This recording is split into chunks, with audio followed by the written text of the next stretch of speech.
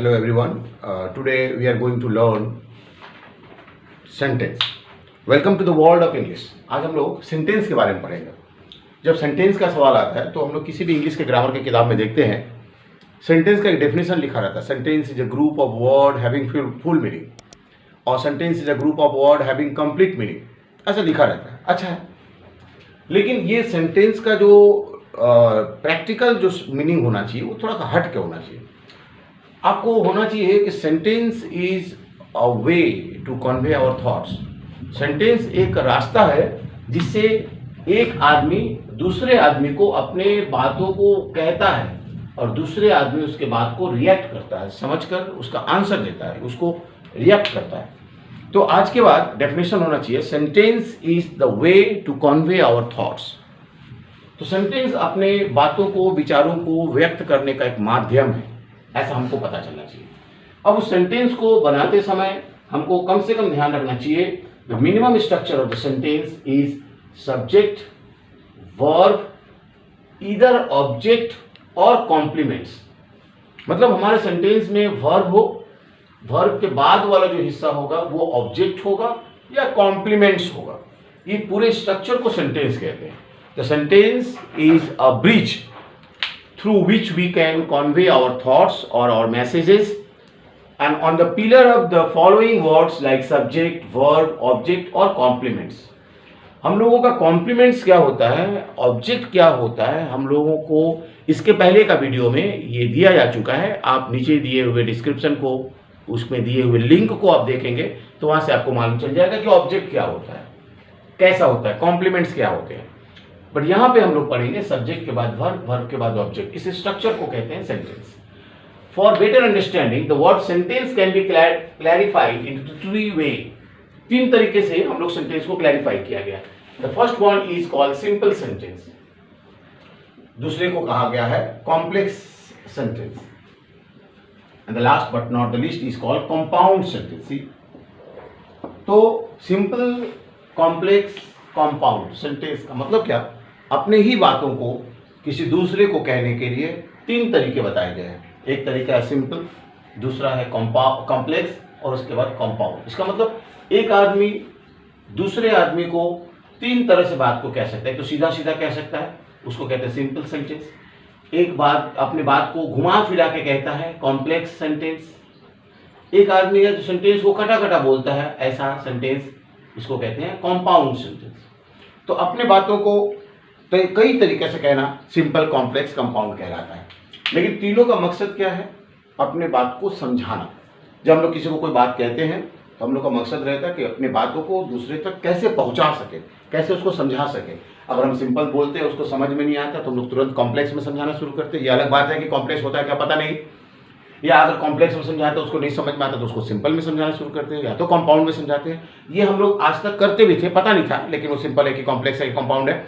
लेकिन आज हम लोग समझाएंगे भी और समझकर समझाएंगे लोगों को कि हम जिस वे में बात कर रहे हैं वो सिंपल है कि कॉम्प्लेक्स है कि कंपाउंड है. अगर आप समझ के समझाएंगे तो लोगों को ज़्यादा अच्छा समझ में आएगा, बेहतर समझ में आएगा. जैसे देखेंगे जो लोग गाना गाते हैं, एक तो लोग गाना गाते हैं सुर को पकड़कर, और एक होते हैं सुर के साथ साथ वर्डों के मीनिंग को समझकर भी गाना गाते हैं. तो जो लोग वर्ड के मीनिंग को समझकर गाना गाते हैं उनका गाना हिट होता है, क्योंकि वो महसूस करके गाना गाते हैं. और सिर्फ सुर को समझकर गाना गाते हैं तो जब तक फिल्म चलता रहता है, गाना भी चलता है, फिल्म खत्म, गाना भी खत्म. तो हम लोगों को एक महसूस करके अपने बातों को कहना है कि हम जो बात कह रहे हैं वो बात का मतलब ये है और वो तरीका सिंपल है या कॉम्प्लेक्स है या कंपाउंड है. जिससे हमको लिखने में भी फायदा होगा, किसी से बात करने में भी फायदा होगा कि हम किसी को कैसे बात कर रहे हैं. अब हम लोग सिंपल सेंटेंस सीखेंगे. तो सिंपल सेंटेंस में पहला सेंटेंस जो आएगा, फर्स्ट सेंटेंस, वो है असर्टिव सेंटेंस. तो असर्टिव सेंटेंस होता क्या है, असर्टिव सेंटेंस बना है असर्शन से. मतलब जब हम किसी बात को कहना चाहते हैं और उसको वही चीज़ दिखाना चाहते हैं जैसे वो है. जैसे ये मार्कर है, तो हम मार्कर को अगर मार्कर कहना चाहते हैं तो इसके लिए जो सेंटेंस बनाएंगे वो सेंटेंस असर्टिव सेंटेंस कहलाएगा. कहने का मतलब जो चीज़ जैसा है उसको वैसा ही कहना को असर्टिव कहते हैं. जैसे ये पेन है या ये मार्कर है तो बोलेंगे इट इज अ पेन. तो ये पेन को जब पेन कहते हैं तो सेंटेंस को असर्टिव कहते हैं. और ये सेंटेंस का ही हिस्सा है, इसका मतलब जो इसमें वर्ड है इट, ये सब्जेक्ट है, यहाँ जो इज है वो वर्ब है, और ए पेन जो है कॉम्प्लीमेंट्स है. तो कॉम्प्लीमेंट्स क्या होता है, ऑब्जेक्ट क्या होता है, हम लोगों के नेक्स्ट वीडियो में यह बताया जा चुका है या बताया गया है पहले से। वो आप देखकर आपको उसके लिंक को देखेंगे तो आपको समझ में आएगा कॉम्प्लीमेंट्स क्या होता है और ऑब्जेक्ट क्या होता है। तो हम लोगों को ये इस तरह से जो सेंटेंस का जो बनावट है वो है असर्टिव सेंटेंस। जब आप असर्टिव सेंटेंस समझ जाएंगे तो असर्टिव का ही फिर दो हिस्सा होता है, एक को कहते हैं अफर्मेटिव और एक को कहते हैं नेगेटिव। तो अफर्मेटिव और नेगेटिव ये भी सेंटेंस का ही हिस्सा आपको मालूम चल रहा होगा, सब डिवीजन। अफर्मेटिव में भी सब्जेक्ट आएगा, वर्ब आएगा, ऑब्जेक्ट आएगा या कॉम्प्लीमेंट्स आएगा। नेगेटिव में सब्जेक्ट आएगा, वर्ब आएगा, उसके साथ नो या नॉट आएगा, उसके बाद ऑब्जेक्ट, कॉम्प्लीमेंट्स। इसका मतलब नेगेटिव में दो वर्ड ज्यादा है, या तो नो या तो नॉट, और बाकी अफर्मेटिव जैसे है सिंपल से, मतलब सब में एक चीज कॉमन आप अच्छी तरह देख पा रहे होंगे, सब्जेक्ट, वर्ब, ऑब्जेक्ट और कॉम्प्लीमेंट्स, ये सभी में होगा क्योंकि उसी का ही पार्ट हम लोग पढ़ रहे हैं। तो असर्टिव से अफर्मेटिव और अफर्मेटिव से नेगेटिव, आपको बहुत टेक्निकली ये समझना पड़ेगा कि अगर कहा जाएगा असर्टिव सेंटेंस बनाओ, इसका मतलब अफर्मेटिव नेगेटिव में से कोई भी बना सकते हैं। अगर कहा जाए अफर्मेटिव बनाओ तो अफर्मेटिव ही बनना चाहिए, अगर कहा जाए नेगेटिव बनाओ तो नेगेटिव ही बनना चाहिए। और इसमें दोनों का ध्यान रखना पड़ेगा। नेगेटिव बनाने का दो रास्ता है, एक तो आप नो या नॉट लिखकर आप नेगेटिव बनाइए, और उस सेंटेंस में जो वर्ड है उस वर्ड का अपोजिट लिखकर आप सेंटेंस को नेगेटिव बनाइए। कहने का मतलब ये, अगर आपका सेंटेंस है ऐसा, इट इज ए पेन, और हम इसको नेगेटिव बनाना चाहते हैं तो बनाएंगे it is not a pencil. मतलब ये पेन का अपोजिट वर्ड लिखना पड़ेगा आपको। अगर आपको अपोजिट मालूम है तो आप ऐसा बनाएंगे, और अगर अपोजिट मालूम नहीं है तो आपको दूसरे तरीका से नेगेटिव बनाना पड़ेगा। कहने का मतलब अफर्मेटिव को जब नेगेटिव बनाएंगे तो इस बात को ध्यान रखेंगे कि सेंटेंस के स्ट्रक्चर को फॉलो करते हुए बनाएं, और उसका मीनिंग भी नहीं बदलना चाहिए। इट इज अ पेन और आप बोलते हैं it is not a pen, तो दो अलग अलग बात हो गया। ये अलग बात है अफर्मेटिव नेगेटिव बन गया, बट सेंटेंस का मीनिंग बदल गया। आपका सेंटेंस का मीनिंग नहीं बदलना चाहिए, इस बात का भी ध्यान रखना पड़ेगा। ये होता है हम लोग का अफर्मेटिव नेगेटिव सेंटेंस में, और ये असर्टिव का हिस्सा है। और असर्टिव किस में आता है, सिंपल सेंटेंस में। सिंपल सेंटेंस का एक पार्ट है असर्टिव सेंटेंस। जब ये समझ में आ जाएगा तो ही सिंपल में दूसरा जो पार्ट है वो है इंट्रोगेटिव। जब इंट्रोगेटिव बनाते हैं तो आपको ध्यान रखना पड़ेगा कि आपके अंदर एक सेंटेंस हो जो कम से कम असर्टिव हो, कम से कम एक असर्टिव सेंटेंस हो। और अभी बताया कि असर्टिव सेंटेंस में सब्जेक्ट होता है, वर्ब होता है, ऑब्जेक्ट होता है या कॉम्प्लीमेंट्स होता है। और जब असर्टिव सेंटेंस है तभी उसका इंट्रोगेटिव बनाएंगे। जब इंट्रोगेटिव बनाएंगे तो वर्ब पहले आ जाएगा, सब्जेक्ट बाद में, और ऑब्जेक्ट कॉम्प्लीमेंट जहां वहीं रहेगा इंट्रोगेटिव। लेकिन आप देखेंगे जब कोई भी काम हम लोग करते हैं, जब आगे बढ़ते हैं, तो हम लोगों के काम के साथ साथ एक और भी चीज चलता है फ्री में, वो है कंडीशन। तो अगर आप इंट्रोगेटिव बनाएंगे तो आपको असर्टिव सेंटेंस के साथ साथ एक कंडीशन भी आएगा साथ में, जो कंडीशन को बताने के लिए स्टार लगाया रहता है। वो क्या कि सब्जेक्ट के बाद जो वर्ब है, आप वर्ब को बाहर निकालें, लेकिन इस शर्त के साथ कि वो वर्ब हेल्पिंग वर्ब होना चाहिए। एच भी मतलब वो वर्ब हो और वो हेल्पिंग वर्ब हो। तो हेल्पिंग वर्ब है तो उसको बाहर निकालेंगे, और हेल्पिंग वर्ब नहीं है तो हेल्पिंग वर्ब को जनरेट करेंगे। हेल्पिंग वर्ब कैसे जनरेट करते हैं, इसके पहले के वीडियो में आपको बताया जा चुका है कि इंट्रोगेटिव बनाने के लिए हेल्पिंग वर्ब कैसे जनरेट करते हैं मैथमेटिक तरीका से। तो ये मैथमेटिक्स के तरीका से जो इंट्रोगेटिव बनाया गया उसको आप देखिए, अगर आपको लगता है कि समझ में आ रहा है तो ठीक है, नहीं तो आप अपना कमेंट्स भेजिए कि हमको नहीं समझ में आ रहा है। तो इसके अलावा हजारों तरीका है हमारे पास जो आपको इंट्रोगेटिव बताने में मदद करेगा। आगे जब इंट्रोगेटिव बन जाएगा तो इंट्रोगेटिव बनाने के कई रास्ते हैं। इंट्रोगेटिव बनाने का जो पहला रास्ता है इसको कहते हैं इंग्लिश में इन्वर्सन।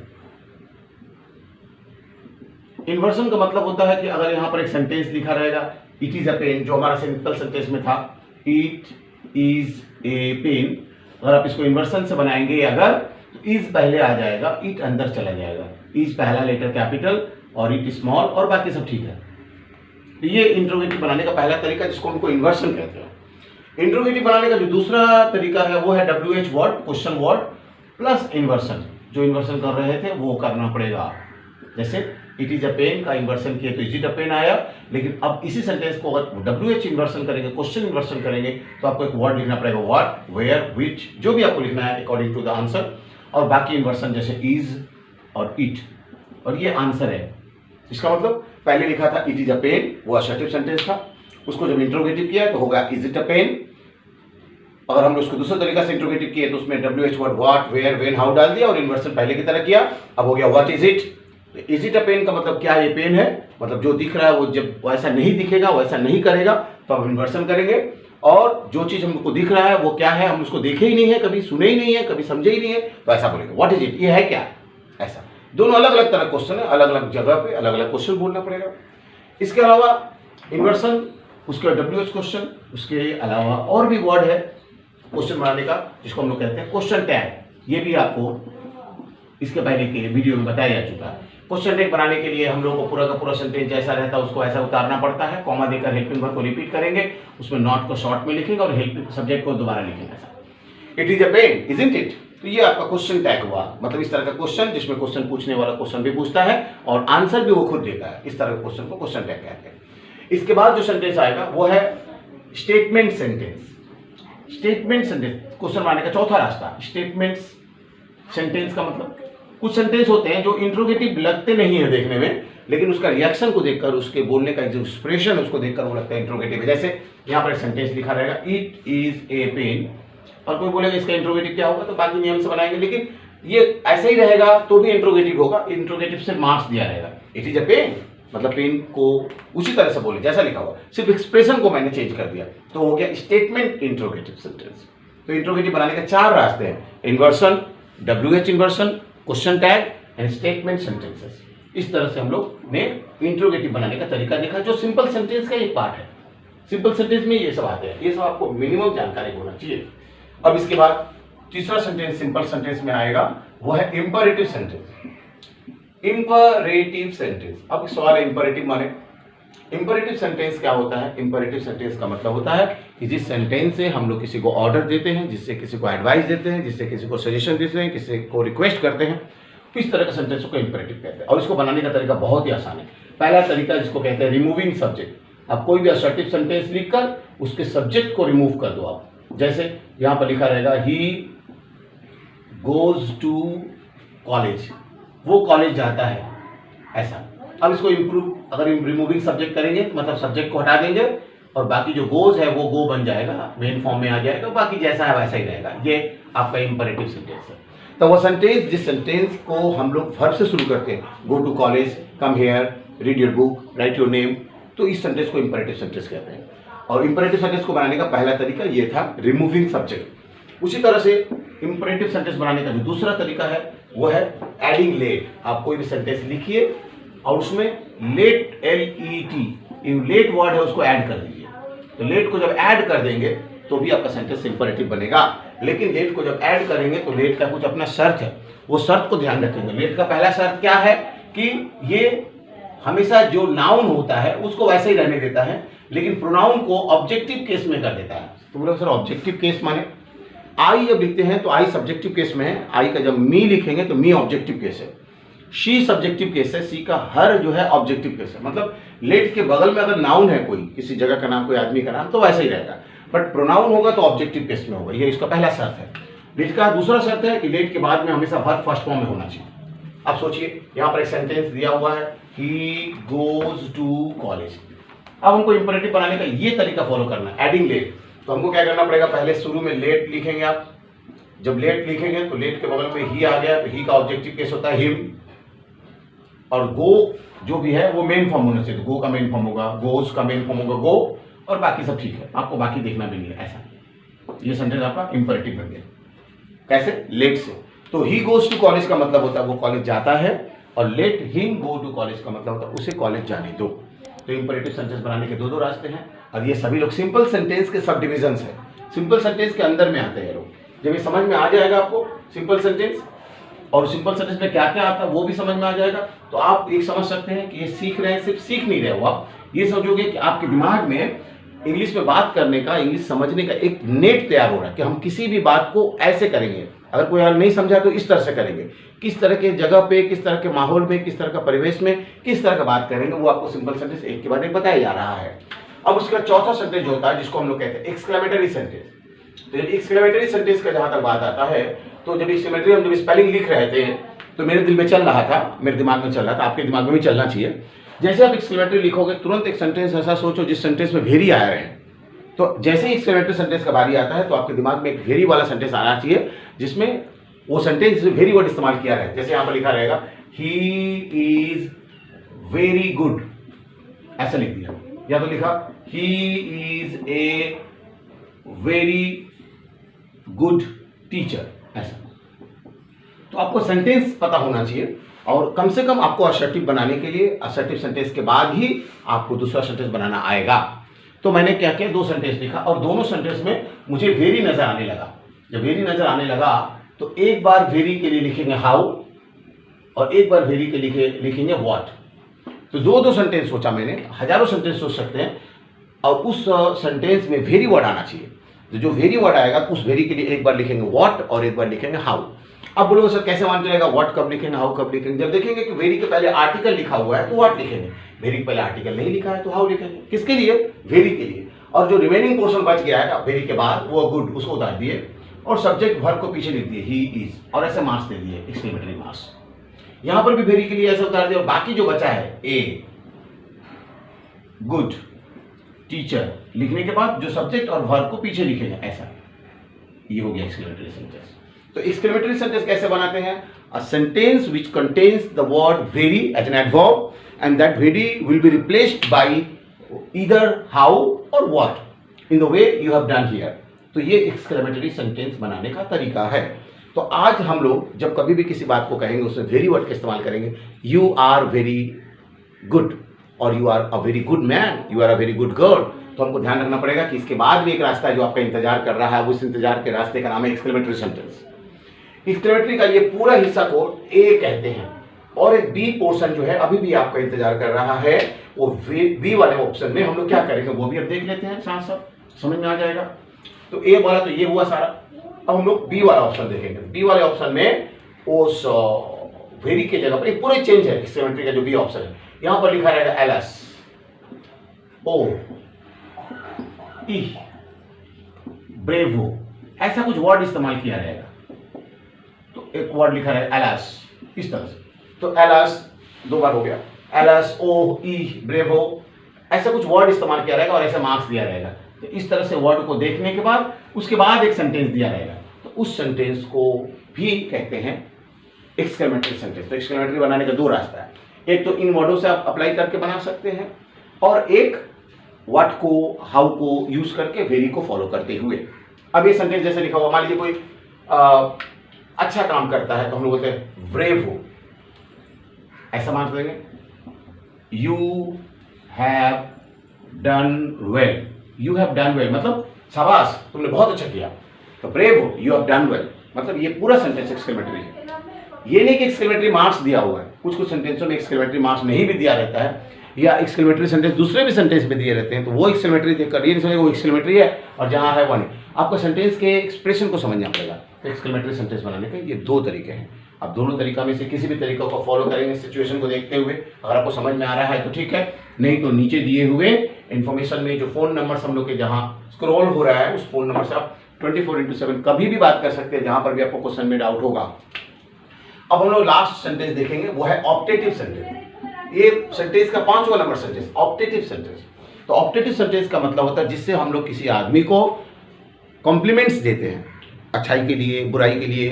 तो उस तरह के सेंटेंसों को ऑप्टेटिव सेंटेंस कहते हैं। और ऑप्टेटिव सेंटेंस बनाने के लिए हम लोग को 2 वर्ड कम से कम याद रखना पड़ेगा, वो है विश और एक वर्ड है बेड, BADE। इसके अलावा बहुत सारा है कि शुरू करना है हम लोग को, तो इससे पहले हम लोगों ने शुरू किया विश से। अब याद करेंगे जब हम लोग किसी से मिलते हैं तो मिलते समय कुछ वर्ड यूज करते हैं, और जो भी वर्ड यूज करेंगे उस वर्ड के लिए विश का यूज करेंगे। और जब हम बिछड़ते हैं एक दूसरे से और उस समय भी कुछ वर्ड यूज करते हैं, वो वर्ड क्या है उसके लिए हम लोग बेड का यूज करेंगे। लेकिन पहले बिछड़ते हैं कि मिलते हैं वो देखें, तो हम लोग मिलते बिछड़ते समय सबसे पहले वर्ड इस्तेमाल करते हैं गुड मॉर्निंग, ऐसा। तो गुड मॉर्निंग क्या है? ये ऑप्टेटिव सेंटेंस है। और हम लोग कहते हैं गुड नाइट, ये जो बोलते हैं ये भी ऑप्टेटिव सेंटेंस है। कोई कहा गुड मॉर्निंग क्या है, ये जरूर एक तरह का एक्सप्रेशन है, लेकिन उससे भी ज्यादा ये है कि ये ऑप्टेटिव सेंटेंस है। Good morning, good night, congratulation, thank you, nice to meet you, tata, see you, bye bye, happy birthday, many happy returns of the day, God may bless you, जो भी वर्ड हम लोग बोलते हैं, सारे word जो सभी वर्ड अलग अलग है और सबका अलग अलग नाम है। जैसे कि इंट्रोगेटिव में एक इंट्रोगेटिव बनाया तो सारा इंट्रोगेटिव आ गया, इम्परेटिव में एक इम्परेटिव बनाया तो सारा इम्परेटिव आ गया, लेकिन ऑप्टेटिव सेंटेंस में सभी अलग अलग है, सिचुएशन के साथ चेंज होता रहता है। Good morning, good afternoon, may you live long, God bless you, may God bless you, ऐसा के बहुत सारे सेंटेंस बनते जाएंगे और सारे सेंटेंस ऑप्टेटिव सेंटेंस है। ये रहा हम लोगों का सेंटेंस का पूरा इन्फॉर्मेशन। होप आप समझ पा रहे होंगे। अगर समझ में नहीं आ रहा है तो हम लोग का नेक्स्ट लिंक वीडियो देखिए, वहाँ पर और भी बहुत सारा इन्फॉर्मेशन दिया हुआ रहेगा, उससे आप समझ सकते हैं। उसके बावजूद भी अगर नहीं आता है तो आप कमेंट्स बॉक्स में जाकर कुछ कमेंट्स कीजिए, जो भी डाउट है वो डाउट को दीजिए, आप समझ पाएंगे उसके बाद। Thank you.